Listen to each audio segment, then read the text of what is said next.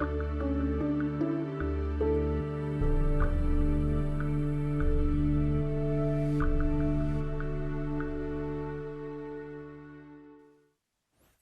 you for joining us today. We hope that after watching this presentation, you've seen how Shell delivered a very strong set of results through the strength of our portfolio and the quality of our execution.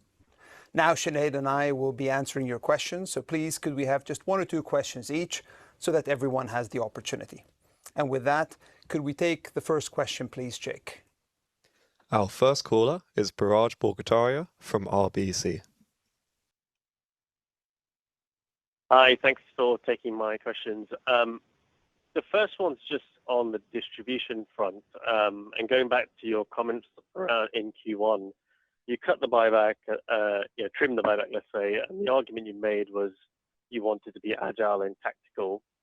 And I guess you took a view on the value of the buyback in terms of your share price. But at the same time, you have a payout ratio, and that calculus on the return on the buyback is not really embedded in a 40 to 50% payout ratio. So as we look forward, obviously the impact of the war is maybe more pronounced than you thought at the time, but it looks like your run rate on distributions will be well below the 40% if you continue at this rate. So just trying to understand how you're thinking about squaring those two things off, the payout ratio which you've committed to, and then the return on investment of the buyback.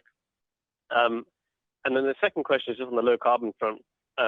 Noticing the capital employed is obviously steadily reducing. You've announced a few more sales.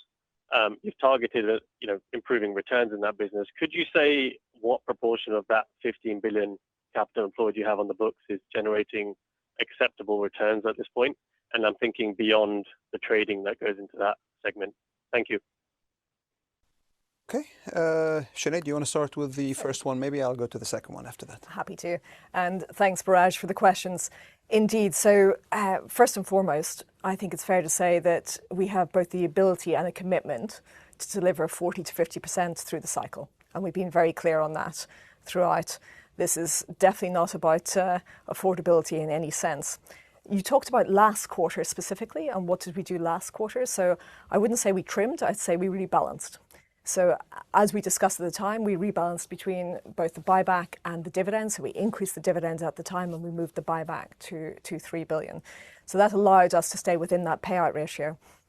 We're very pragmatic on this and not dogmatic at all. We are dogmatic about the 40 to 50% through the cycle. But in terms of how we split it, we make that decision quarter by quarter and we look through the quarter. We're not fixated every quarter on that. We're looking at where do we see the macro going to, what do we see in terms of how we can apply the funds, the extra free cash flow we have, whether that's to buybacks, whether that's to capex, or whether that's to the balance sheet each quarter. And we take that decision. You've seen some of the quarters we've been higher than that, above the 50% as well. So I would say we come back to the fact that it is sacrosanct and a value decision, but the 40 to 50% is the commitment that we have. Thanks, Sinead. But Biraj, to the second question, been very pleased with the momentum we have to be able to continue to work on the $45 billion of underperforming capital employed. You touched on a portion of that, which sits in low carbon.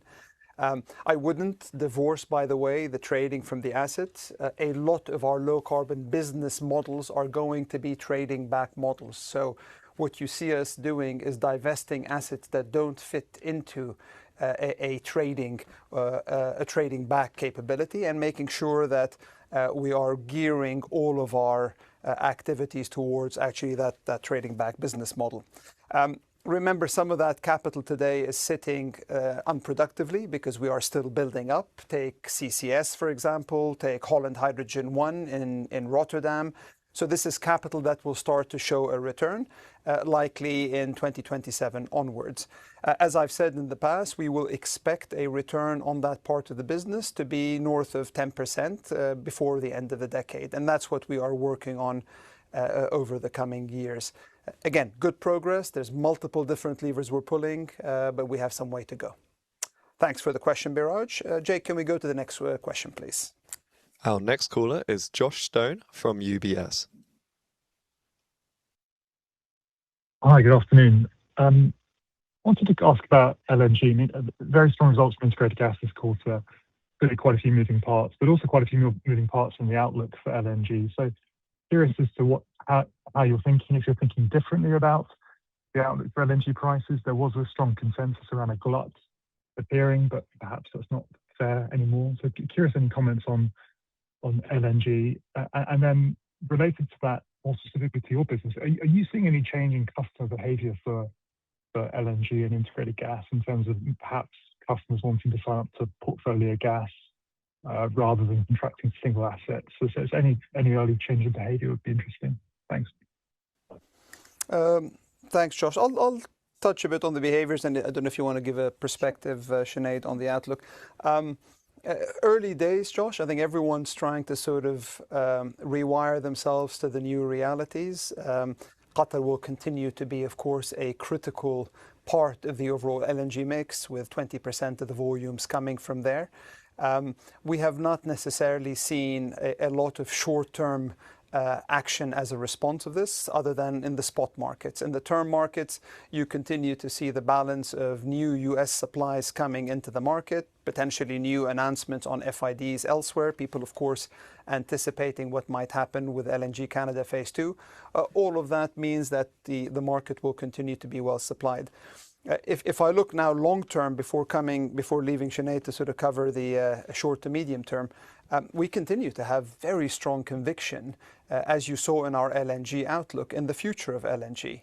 We're talking about 65% growth in that market between now and 2050, underpinned by this continued belief that gas will be a stabilizing force in the energy system because of its flexibility, its reliability, the security that it has, and the ability to be able to have the adjacencies with the likes of renewables, but also as a substitute to coal or, for that matter, heavy fuel oil when it comes to the marine sector. And so the underpinnings are strong. Short-term disruptions, of course, we look to manage through our trading organization, but longer term, we continue to have very deep conviction in that. But the outlook, Sinead? Yeah, I think you're talking about the market generically, and of course, when you take out some, 25 million tonnes or more out of the market with what's occurred with the Strait, what we've seen of what was considered to be a bit more length was expected within certainly this year. You've taken that out, so that balance has changed. What are we seeing at the moment? We're seeing, of course, where pricing is going to is it's allowing actually some of the volumes to be redirected from where they've been going to, which is Asia, back into Europe, which is much needed, as we very much know. Because coming into this winter where you've got European storage volumes are very limited and actually much below where we would have expected, closer to the 50%.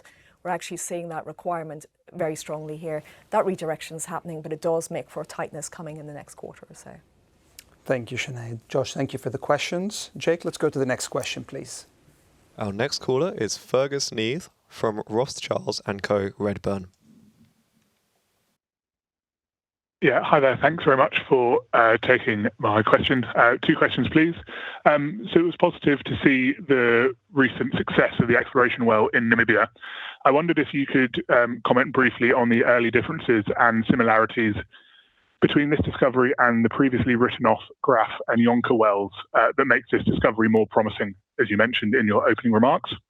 And then secondly, just on the chemicals result, which was strong this quarter, very positive to see that. Could you just comment on the relative split of this improvement between the self-help work you've been doing since the Singapore divestment and also the margin environment that we saw in the quarter?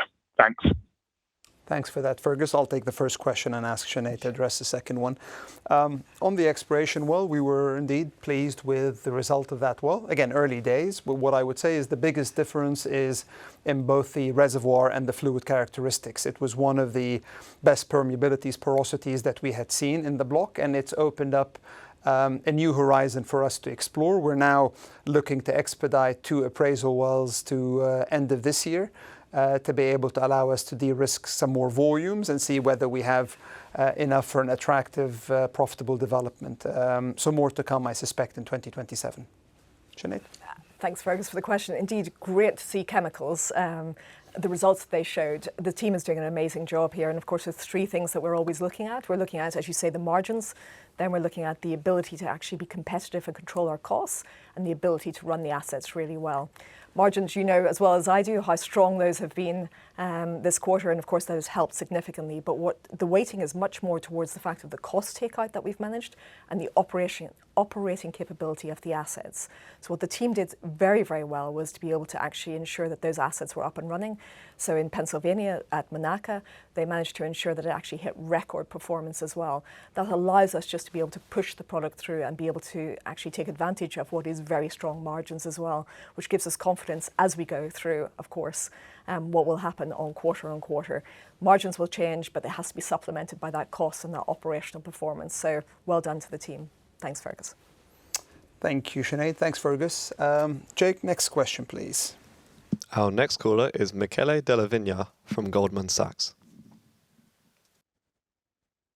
Thank you very much, and congratulations on the very strong results. As you know, there's been a lot of debate around reserve life in the sector, and it feels like FIDs are the biggest way to kind of sort that out and build reserve life for the future. It looks like you're making tremendous progress in a lot of areas. I was wondering specifically on Bonga Southwest and Zaba in Nigeria and on LNG Canada 2 in Canada, whether you could give us a bit of an update on when you expect those FIDs to take place. Thank you. Michele, thank you for the question. Allow me maybe for a moment to be able to sort of frame, because I think there's multiple angles to the question that you asked. For the last few years, we've talked about performance, discipline, simplification, with this value over volume focus. And I'm really proud of how far the organization has come over this period. And you can see it in the results. What we have been able to do is in essence to be able to strengthen and cement the foundations of our base free cash flow, which has been, if you look over the last few years, roughly $25 to $30 billion per year on a $70 real term basis, right? And we've also been able to extend that. That's been an area we've been very focused on. So extending that stable free cash flow. We have now fully de-risked the 2030 period through multiple moves, and we've talked about them in the past. And we are well on our way towards the 2035 period and beyond.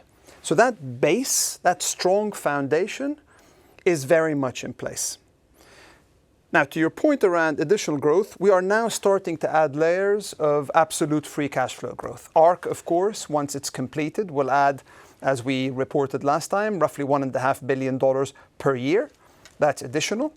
LNG Canada Phase 2, provisionally, if we take an FID on that, we'll add the next layer in the 2030s.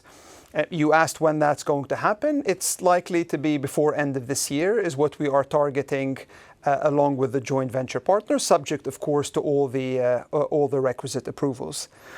And so those layers that we are adding are really shifting us from a free cash flow per share growth, which we have said is our North Star, that is maybe more weighted towards the denominator, the buybacks, to one that's more balanced, with continued preference for buybacks and with continued absolute free cash flow growth in the numerator. And that's the exciting story that we are trying to drive. There are multiple other projects which we are also pursuing. You touched on a couple of them. Bonga Southwest, we are hoping to be able to be in a position to FID in 2027. And Zaba also around 27, 28. And so lots of good momentum going on. And these are the projects that will continue to add those layers above that base free cash flow that I talked about. Hopefully that allows you to sort of get a bit of a sense of where our mind is on some of these things. Okay, Jake, can we go to the next question, please? Our next caller is Doug Leggett from Wolfe Research. Well, good morning, everyone. Thanks for having me on. Wael, I wonder if I could hit two things that appear to be taking on a little bit of a life of their own. One is disposals, and the other is your cost-cutting target. The disposal, momentum seems to have picked up here recently, and I wonder if you could just give us a refresh on what you think that visibility looks like as you monetize perhaps underperforming assets, as you've done this last couple of announcements. And then my follow-up is on the $5 to $7 billion cost-cutting target, you're about halfway there, 3 years or 2 years early. So I'm wondering if you could frame for us what the risk is that those numbers get reset and any kind of magnitude you could put around that. Thank you. Thank you for that, Doug. I mean, I think you mean the opportunity to reset them rather than the risk, but I hear where you're going with it. Let me talk about that second point, and maybe Sinead, if you want to touch on the divestment. On the cost-cutting targets, I think firstly, when I stood here 3 years ago and talked about a $2 to $3 billion structural cost reduction, it was hard work. We had to sort of try to mobilize the organization and figure out how we can get that.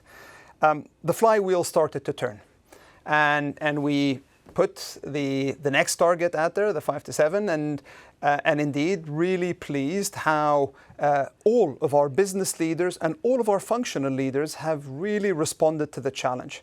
And the challenge, by the way, is not just a structural cost reduction challenge. It is a free cash flow enhancement challenge. That's what we're trying to drive.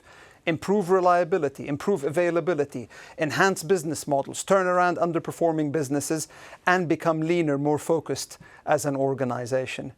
So that's been embraced. We are now halfway through that band that we talked about. I continue to be encouraged by what I see, Doug. There's more and more opportunities than maybe we had banked for, and so my push to the team now is we need to be able to get to the top end of this range, and that's what we're working towards. But not only that, we need to keep thinking about what comes next. What are the other ideas? How do we leverage AI in a way that allows us to unlock more value? How do we challenge whether we are running the businesses in the most efficient way, not just against what the benchmarks of today are telling us, but what is going to be the next benchmark and how do we get ahead of the competition there?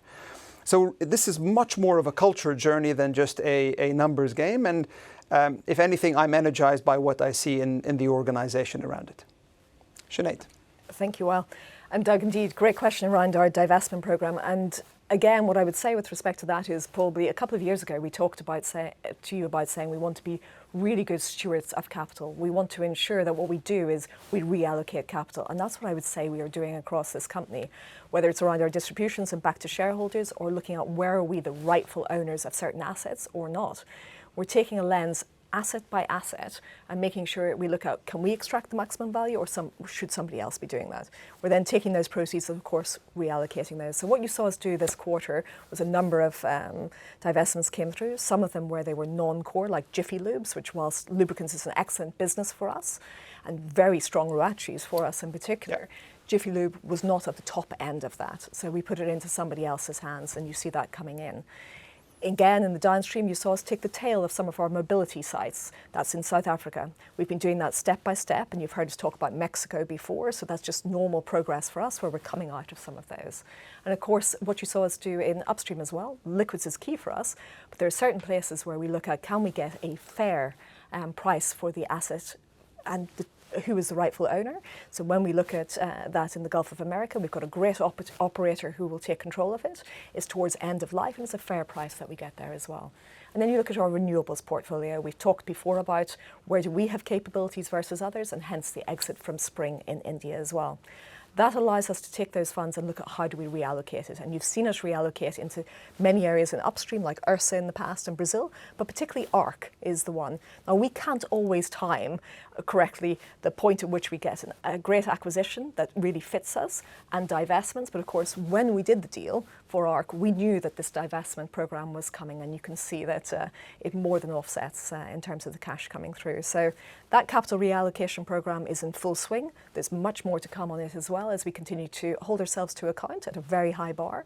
And of course, it leads to a ROACE increase over time as well. Thanks, Doug. Thank you, Sinead. Thank you, Doug. Jake, let's go to the next question, please. Our next caller is Kim Fustier from HSBC. Hi, good afternoon. Thanks for taking my questions. I just wanted to ask about the really remarkable operational performance in the downstream, notably the 102% refinery utilization. I do take on board the range of guidance for 3Q, but maybe more conceptually, how much of this high refinery utilization rate is sustainable? I mean, how long can you continue to operate above 100%, just thinking about maintenance cycles, etc.? My second question is on the ARC deal. I see that it's now scheduled to close in the third quarter, subject to remaining regulatory approval. Could you maybe give us an update on the Investment Canada approval? Thank you. You want to start with the second question? Yeah, Straightforward. happy to. Really short one on this one, Kim. Indeed, we were really thrilled with the answer that came through in terms of the shareholder vote. It was overwhelming in terms of support. We've said it is in Q3. That very much depends on the last approval, which, as you say, is Investment Canada Act. We are investing heavily in Canada, and we believe that that will be something that comes through quite readily with good discussion with the relevant authority. We can't comment on when that would be. That will be down to their timing, but we're working it very hard at the moment. Thanks, Sinead. Kim, the operational performance of refining has been excellent, but I have to shout out all the businesses. I mean, we have been talking about performance for a very, very long time. And I hope you see now the consistency in the delivery across all the businesses. And, you know, when you have an integrated gas, for example, Qatari volumes out and you're still getting roughly the same LNG output, it just speaks to the rigor with which the organization is pursuing that performance drive. On refining, team's done a super job. And there's a few things. Firstly, turnarounds, in particular safety-related turnarounds, we always pause and do what we need to do. So this is in no way changing turnaround timeframes other than if it is not safety critical. And then, of course, we look at the market. I'd say the biggest difference we have seen, Kim, over the last year or so, in many people's minds, trading conceptually is traders sitting behind a desk and trying to sort of guess where the market is going. Our trading and optimization is fundamental to Shell and our business model. It is interwoven into every single one of our value chains, and where it is not, we are pushing it further and further, which is why Andrew Smith, who heads up trading and supply, sits on my executive committee. So to give you a small example, at Norco in the US, we have moved into a model where the traders are tied at the hip with the operators, finding the right feedstock to be able to source, given the dynamics in the market at the moment, and then the products traders finding what's the best placement and reading all the price signals to be able to then manage how much do we push into jet fuel versus or at the expense of diesel and gasoline, and how do we optimize for value. And so much more of what we see at the moment is that the run rate is being determined by commercial factors driven by our trading organization in partnership with the asset. We are rolling that model out in every single one of our refineries and have tested it and really been pleased with what we see. And so I do continue to believe we are able to deliver performance sustainably. And of course, it'll vary quarter by quarter depending on where we are on the turnarounds maintenance schedules. But I have high confidence in our ability to sustain and continue to improve on what we see. Thanks for the questions, Kim. Jake, let's go to the next question, please. Our next caller is Nash Sue from Barclays. Good afternoon. Thanks for taking my questions. I have two, please. The first one is on trading. Just want to follow up because we have seen significant volatility in commodity prices in July.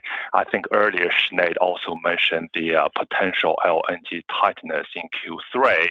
I wonder how should we think about trading performance in Q3, please? And then my next question is on capex.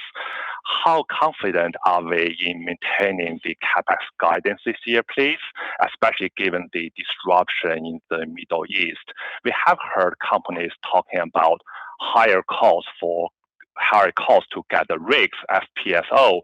I wonder, what are you seeing in the market right now? Thank you. Nash, thank you for that. I'm going to take the first question on trading and supply, and then maybe Sinead, if you want to address capex. So firstly, indeed, we have seen that volatility play through in the past quarter. But if I step back for a second, Nash, if you'll have heard me over the last 15 quarters when I've had the privilege to be in these calls, what you'll have heard me say every single quarter is that volatility and uncertainty is what we see in the next quarter. We fundamentally believe that the energy system is inherently becoming more volatile. So rather than worrying about the direction of the volatility, what we are focused on is the things we can control. Improving the performance of our assets so that our trading and optimization organization has the molecules. We're driving hard to be able to make sure that the portfolio, the diversity of supply points and the health of the portfolio is one we would like. And of course, continuing to maintain a strong balance sheet to be able to take advantage of opportunities.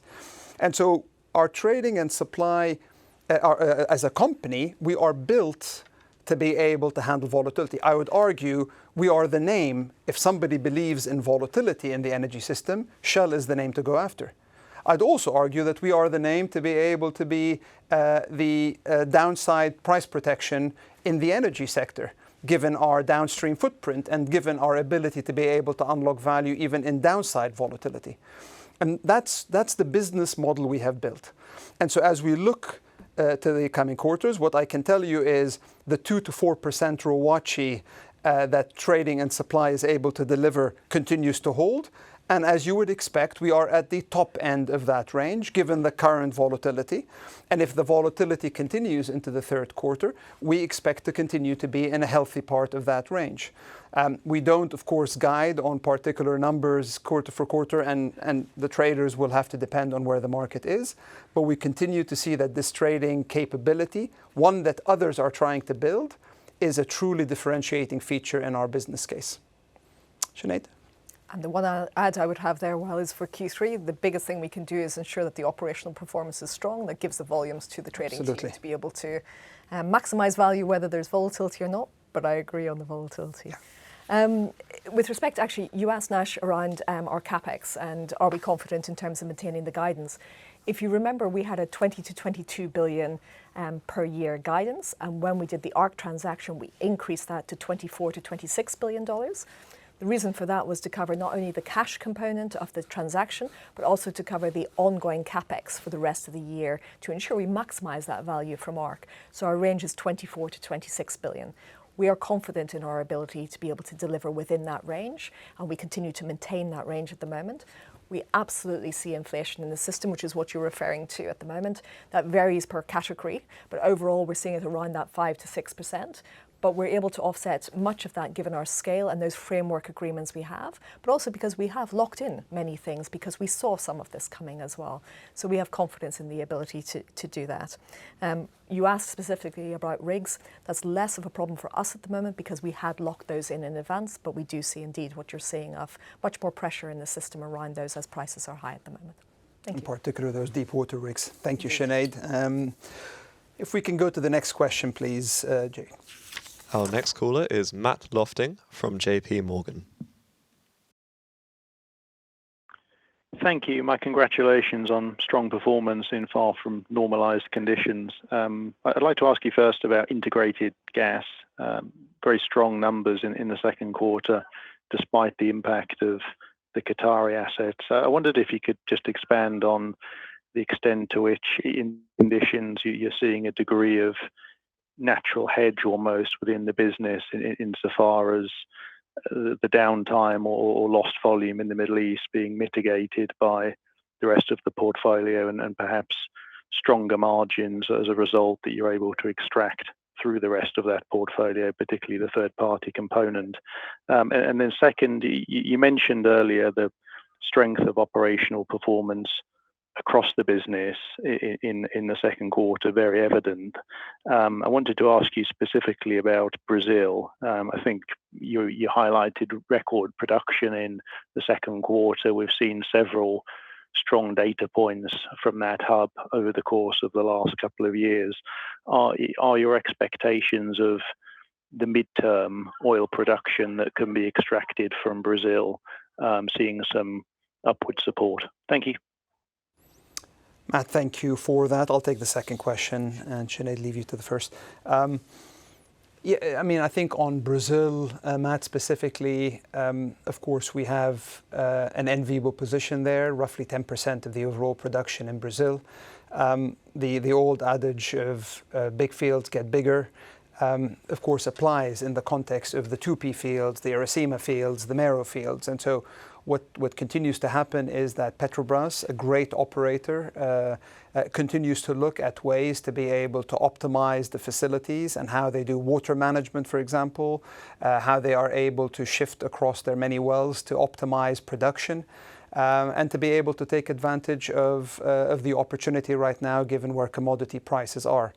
I don't want to make predictions as to the future, but what I can say is we continue to be very encouraged by what we see in the subsurface, and importantly in the way that Petrobras runs these assets, and we continue to hope we can contribute to support them in doing that. Thank you, Wael. And in terms of the integrated gas portfolio, they had an exceptional quarter, I absolutely agree. Given the challenges that they had as well, not only the volatility, but also the fact that they had lost those volumes from the Middle East. Couple of things that played in. Whilst the loss in Qatar had its impact, and it definitely did, the focus was for us in order to be able to manage across the portfolio, as you say. So that whether you call it a natural hedge or not, it was a portfolio management approach. So what we saw was, particularly in Nigeria, we saw more volumes coming out of Nigeria, also from Trinidad, but also, as Wael mentioned in the video as well earlier on today, specifically around Canada. So we saw LNG Canada come into its own. You know, we're now more than 100 cargoes out from that facility. So what we saw, whilst we were really struggling, having lost the Middle East volumes, we were able to compensate from elsewhere. On top of that, what the team did really well was almost record volumes from third party. So indeed, they went out into the market, they looked at where they could cover, and in some cases buying back some of our own cargoes that we'd sold to them to be able to distribute elsewhere, i.e. taking from those customers who weren't as impacted by the Middle East and being able to push them to those who were. That allowed a significant, basically, compensation for what occurred in Qatar. And beyond that, some price risk management as well, which was very thoughtfully done, given the volatility and the absolute moves we saw throughout the quarter. But it's been a tough struggle, lots of headwinds, with credit to the team how they've been able to manage it. Thank you for the questions, Matt. Jake, let's go to the next question, please. Our next caller is Mark Wilson from Jefferies. Thank you. There's been a lot of ground covered so far. So let me ask regarding the Middle East assets. Yes, obviously Qatar, but also Pearl GTL. If a normalized shipping environment comes, could you remind us on the time to get those two facilities back to their expected capacities, please? Thank you. Yeah, thanks, Mark. Let me separate three different assets. So you have Pearl GTL Train 1, same asset but second train, Pearl GTL Train 2, and then Qatar LNG, which is the other asset that we have in Qatar. The LNG assets are typically easier to start up and to start the shipping out, of course subject to terminal capacity, subject to storage, subject to shipping availability and the like. The biggest thing we're watching out therefore is just access and safe passage through the straits. Similarly, on one of the trains at Pearl GTL, so train 1, where it would actually take in a matter of weeks to be able to get the facility back up and running. That's a facility that hasn't been impacted by the activities, by the hostilities in the region. And so within weeks, we could start up that facility. The one that has been damaged, that second train, we expect the repairs, which are now progressing, to be completed and for that facility to be ready to go. Again, subject to our ability to export by end of the first quarter of next year. So by end of Q1 2027 is when we could expect that facility to be back online, subject to the conditions allowing us to ship out. Hopefully that gives you a broad sense. Thank you for the question, Mark, and let's go to the next question, please, Jake. Our next caller is Henry Tarr from Berenberg. Hi there, and thanks for taking my question. I had two.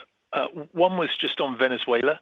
I think you're looking to push ahead with the Dragon project. Any update there would be great. And then also how you're thinking about managing exposure to Venezuela. And then secondly, clearly so far in July, it appears as though the downstream environment continues to be extremely strong. Is that the case that you're seeing that roll through for your refining and chems businesses so far through July? Thank you. Let me start with the first one. Sinead, if you want to touch on the second one. We continue to be pleased with the progress we are making in Venezuela. You touched, Henry, on Dragon, which is one, of course, that we had been working on until the OFAC license was paused, and then it has been again, of course, approved again. So we've continued work. We hope to be able to move towards an FID decision at some point in 2027, all going well. We've also recently, of course, been granted the license for Loran Phase 1. That's a 1.7 TCF opportunity that also could potentially tie back into the Trinidad and Tobago LNG facility, Atlantic LNG. And so the team is currently developing that opportunity. Again, that's an opportunity which we think we can move pretty quickly on, because it leverages existing infrastructure we are building in the Manatee development, which again will be starting up in the next 12 to 18 months. And so what you have is a nice cluster of developments, material developments, that we hope to be able to bring to first oil or to first gas in the coming couple of years. Sinead? Thank you. Indeed, with respect to what are we seeing in this next quarter in Q3, the things that we always look at, of course, are margins, then the volatility and the operational performance. So those are the three. We've talked before about needing to make sure that operational performance plays through, Henry. And what we did have in Q2 was very few turnarounds, particularly in our downstream business. They were very limited, and those that did occur were very quickly done. You see a little bit more happening in Q3. So what are we seeing from a margins perspective specifically there? We're seeing, of course, a positive margin environment for refining in Q3, but the chemical spreads are beginning to soften. We do see that come through. And we're seeing, of course, less volatility, which means a little bit less coming in terms of our downstream business from the trading angle of things as well. In particular as well, of course, from our lubricants business, it will be a little bit more challenging in this quarter because, of course, it's relying on some of the volumes coming through from Pearl, which we've just discussed, which we're not expecting to see come through in the near term. So the team are having to manage very hard to find alternatives for that, and doing so very successfully so far. Thanks, Sinead. Henry, thank you for those questions. Jake, next caller, please. Our next caller is James West from Melius Research. Hey, good afternoon, guys. Two quick ones from me. One is with the ARC transaction probably closing soon. You've got your feedstock for Phase 1 of Canada LNG. Does that change your view on the FID of Phase 2 or the scope of Phase 2 and the timing there? And then secondarily, I believe you had a discovery offshore Egypt here in the last couple of days, and wondering if you could give us any kind of early indications of that. Yeah, thanks for those, James. I'll touch on both quickly. On Egypt, very early days. What the well has proven is that there's a working petroleum system there, but too early to call as to whether we can find a way to make this a commercial discovery and the follow-up implications. And so the team will be looking through that, but very early days, so nothing to sort of report there. On ARC, Sinead talked about where we are on the process on ARC. I would just sort of say Phase 1 we had already underwritten through our existing acreage from Groundbirch. So we were very comfortable, and we had some spillover also into Phase 2. When we took the decision on the acquisition of ARC, we didn't even put Phase 2 into the base economics. That's upside if we end up taking that final investment decision. And so we will have enough gas to be able to underwrite a second phase if we so choose to take that FID, and to be able to continue to create value through other ways, as ARC themselves have been doing, creating a premium on AECO. And by leveraging our trading and supply organization, we hope to be able to match and improve on that as well going forward. But lots of good work there, and upon completion of that transaction, we're really excited to welcome that ARC Resources family into Shell, and really see what more we can do to unlock value and to really demonstrate to our shareholders. It's a big call we have made to be able to use, for example, paper for a good portion of this. We recognize that we need to be able to deliver returns on it. We see line of sight to double-digit returns, but I do expect my teams to aspire to meet mid-double-digit returns if we can, and really demonstrate the value that we can create whenever we choose to use paper. And so, really exciting days ahead there. Let's go to the next question, please, Jake. Our next caller is Jason Gableman from TD Cowen. Yeah, hey, thanks for taking my question. You guys released your annual LNG presentation earlier, but you didn't have the typical webinar that you have with it. So I was wondering if I could just get your perspectives on the LNG outlook, and specifically, it looks like you're calling for perhaps a bit more of a balanced, oversupplied market into the early 2030s compared to a previous view that maybe the market should be balanced to undersupplied by then. So what has changed, and does that inform how you pace your investments in new LNG plants? I'll say a couple words, and then please, Sinead, add if you want to as well.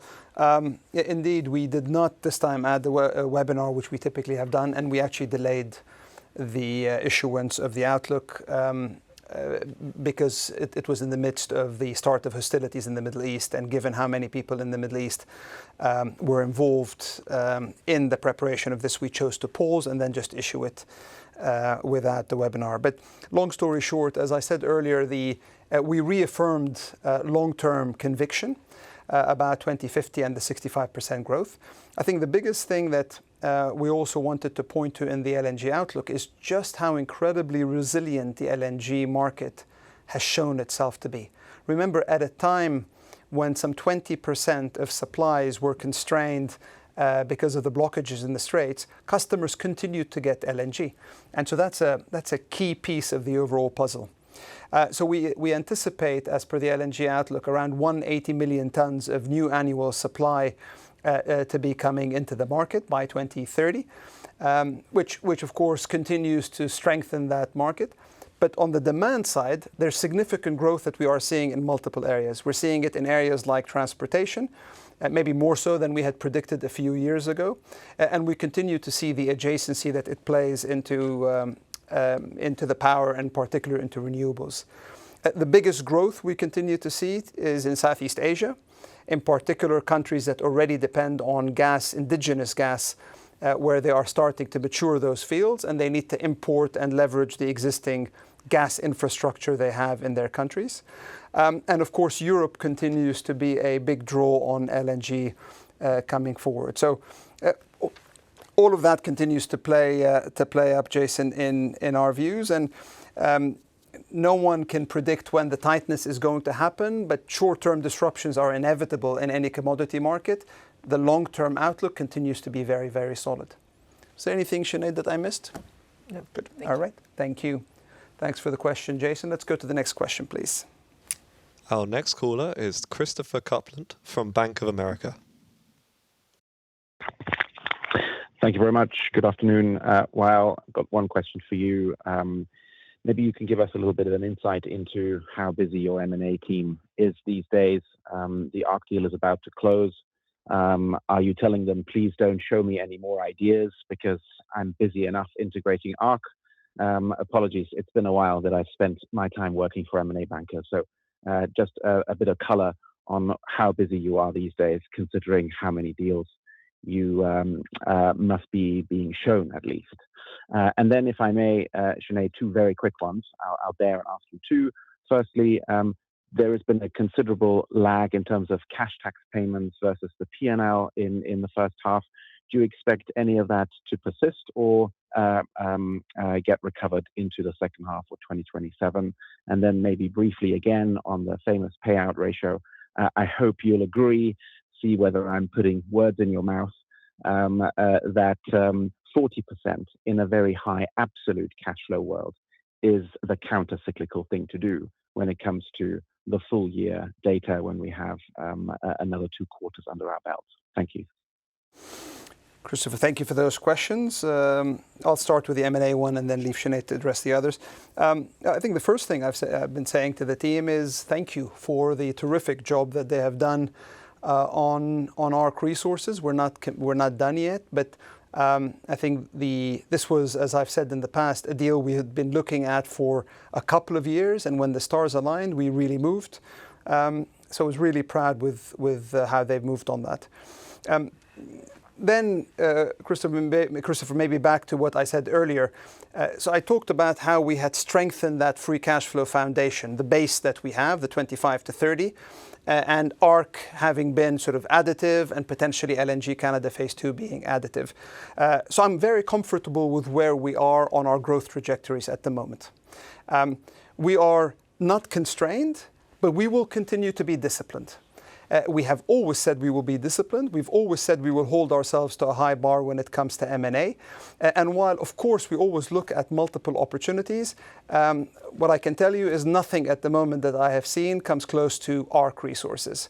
And so that high bar will continue to play in our minds, and we'll continue to see where the opportunities emerge. If I'm to diagnose where the market is at the moment, it's clearly more of a seller's market when it comes to oil. So very little in terms of opportunity space there. But there are pockets where it might be a buyer's market, and we've looked at those. But as I said, nothing that is meeting the threshold that ARC was at, and therefore we continue to focus on what it is that we can do, and that's to grow the fundamental free cash flow through the levers we have. Sinead. Thank you.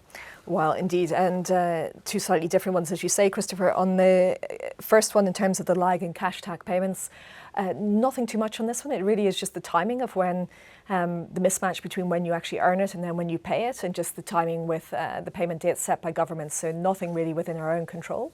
It really is driven by their side of things. You typically see it a little bit higher, of course, in Q1 and Q4 versus Q2 and Q3.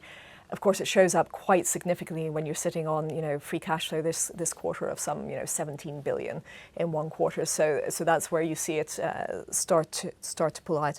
And your point on payout ratio in terms of being counter-cyclical, I'm never going to guide on anything, but indeed the 40 to 50% is what we said is definitely sacrosanct, and from our perspective. We have high conviction in share buybacks, and we continue to do so. But we do focus on value, as you know. It's about value, not about affordability in this case. And you've seen the way we've acted in the past, so we're always very confident in doing our buybacks when the time is right. Thank you. Thanks, Sinead. And Jake, next question, please. Our final caller is from Maurizio Carulli from Quilter Cheviot. Thank you very much, and congratulations for the excellent results, first of all. I have two questions, if I may. One probably for Wael and the other one for Sinead. For Wael, is there a case for modifying in the future the design of facilities in riskier countries like in the Middle East, so that they become more protected from physical attacks and if it more resilient to an easier and quicker restart of operations? And for Sinead, Shell has been historically one of the best, if not probably the best, company in terms of thoroughness of financial reporting. And is there a case there for providing a bit more of detail within the financial reporting about your trading activities, particularly given that they are properly backed by assets, therefore is something more structural rather than what would be a trading activity of a financial institution? Super, Maurizio, thank you. I'll take the first one. I loved how you approached the second one. Congratulating and complimenting Sinead and then going after the jugular on trading. So I will leave her to address that one. On modifying facilities, difficult one, Maurizio. I think the reality is with the emerging technology these days, there is no foolproof, full protection. The biggest thing we can do from a company perspective is to continue to indeed add whatever layers of security we can add. And we need to continue to diversify the sources of supply in our portfolio because as we have seen, whether it's arteries getting clogged, whether it is countries involved in hostilities, there is no singular way to be able to totally sort of protect these assets. But we will continue to operate as we do in very close coordination with many of the countries in which we operate to be able to protect these assets to the best of our abilities. I'd say the second big piece that we are very focused on as a company is also cyber defense. Because physical is one approach, the cyber is the other one, and we have some very, very focused efforts across the company to continue to keep up with the evolving cyber landscape and making sure that we protect our assets from an OT perspective where we can. And so that is the nature of the world we are in, and it goes back to my earlier point. We continue to see the energy system of the future being more volatile, and this is why we want to continue to be the name that can capture that upside volatility and that can protect to the downside, and that's what we can offer our shareholders. Sinead? And thank you, Maurizio. I always love a compliment, so thank you very much for that. I would say we often get told that our reporting is almost too thorough, that we give too much information, that makes our annual report quite a tome to go through as well. But in all seriousness around it, we are trying to make sure that we give you as much transparency as possible, or give our investors as much transparency so that they can understand fully the value of this company. What we do, of course, is for us, trading is actually much more around being able to optimize around the assets of the various businesses. So it is not a segment in its own right. It is the other businesses that it pulls on for the volumes, etc. We allocate capital to those segments rather than specifically to trading as well, and that's why we report it in the manner we do. We're trying to give you a bit more information around that. We've told you as an example that we've never lost money in any quarter in the last decade, as we said in our Capital Markets Day 2025, and giving that feel, as Wael talked about earlier, that in terms of that uplift to our ROACE of 2 to 4% in times like this where we've got a lot of volatility, trading does play out stronger and is able to utilise those volumes, and therefore we're at the upper level of that 4%. We're looking to give you a bit more detail on our next capital markets event, which we're hoping will be at some point in the first half of 2027, so we'll go into a bit more detail then as well. But thanks for the question. Thank you, Sinead. Thank you, Maurizio. And thank you for all your questions and for joining the call. In conclusion, we delivered a very strong set of financial results in the second quarter, supported by another quarter of strong operational performance across all the businesses. We remain focused on executing our strategy, on transforming our portfolio, and on delivering on our key targets. We wish everyone a pleasant end of the week, and for those going on leave, a well-deserved rest. Thank you, everyone.